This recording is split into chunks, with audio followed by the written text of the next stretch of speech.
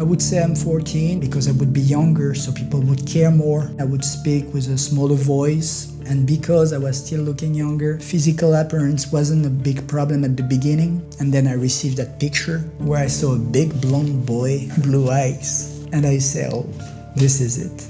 I'm going to prison. But because of who I am, I say, okay, at least I gotta try to be that person. All my life I've been pretending to be someone else. And I discovered by changing identities, I could do whatever I wanted. I am Frederick Bourdin and I had over 500 identities. When I was 18, I went to Torino in North Italy. I called the police saying I was a tourist and I was a young 14-year-old boy. He was looking like he's been abused and very scared. So the police came, they took me to a children's home. They were very caring for me because they thought I was from this country. And I went from north to south and back to Austria, Germany, Switzerland, all the time running around. Sometimes they would put me in foster families or sometimes they would put me in a normal home. But when you're caught in one place, you gotta find another place and tell another story or the same story with another identity. You go in a shelter, you stay there, and then you go when you feel like it. But this one was different.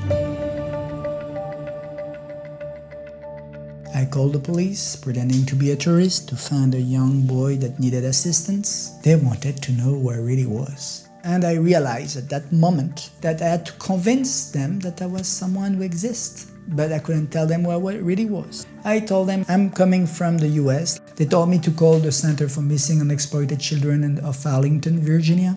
I told them that, yeah, we're in a children's home, that the police gave us a young kid who's been missing apparently from the US for a certain number of years. So the woman wanted to really help, make some research, and she came with the name Nicholas Barclay. So she gave me the case number, the police officer of San Antonio, Texas, who was looking for the case. He was very excited. He said he was going to contact the family.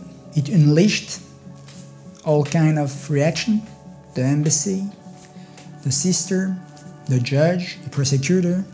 I wasn't just someone to be identified now. I was an American who's been missing for 3 years and 4 months. I couldn't go nowhere. I couldn't run away. So I dyed my hair. I put tattoos that I saw that he had. So the sister came. I couldn't imagine 1 second what was going to be her reaction. She looked at me saying, I knew it was you. I knew I would recognize you. She put herself into so much stress, so much anxiety, so much suffering that she couldn't fail. She went all across the world to get her brother, her missing brother. She couldn't get there and say, it's not you. She knew I wasn't, but she knew I had to be. We went to Madrid. We stayed in a hotel overnight. The next morning we were in the plane. When I got to the US, my first fear when I was there was that Nicholas was just gonna come back home and say, oh God, what the hell, you know? And my second fear was that he was dead and somebody from there killed him. The husband said, oh my God, you were abducted, because that was the story I said. Just didn't want to say by who or what. But he said, well, you should talk to the FBI and try to save the other kids. And I didn't want to because there was nothing to say. A few weeks later, I took their car and I drove to Oklahoma, which was about 1,000 miles away from there. And the police arrested me. They were mad at me, you know, oh, you took our car. And to be forgiven, I said, okay, I'm going to talk to the FBI. I met the FBI agent. And I was already knowing what I was going to tell her. I've been abducted by US military, something absolutely horrible. And I said, okay, I'm going to be left alone now. Because what she said, oh, don't worry, we're gonna look for it. Nobody's gonna harm you, nobody is gonna hurt you. So he picked up the curiosity of different people. And they contracted a private investigator named Charlie Parker to come and talk with their TV crews and interview me.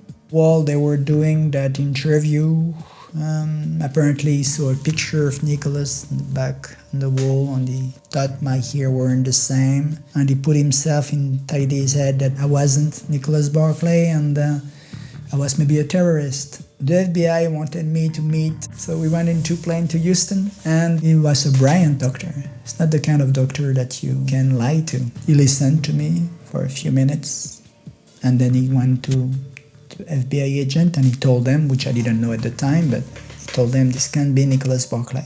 So the FBI called the family and said, this is not your son, this is not your nephew, this is not your brother. Then he drove me back to the apartment. And at that moment, I was waiting for the cops to show up at any moment. And then their phone rang, they talk on the phone, they hung up and said, yeah, we're gonna arrest you now. 6 years was a good price. I could have got it up to 45 years. When they deported me to France, I found myself alone pretty quick. So I contacted the gendarmerie and I said to them that I was Léo Ballet, a kid that's been missing from 1996. And they believed me. I went through hitchhiking around the place where he disappeared, and I called the gendarmerie again. I said I was a tourist and there was a kid there and his name was Leo or something. They came there and they found me and they said, don't worry Leo, we're gonna take care of you. And then the DNA spoke and the fingerprints too, and they discovered that I was Frédéric Bourdin, not Leo, and they sent me to prison.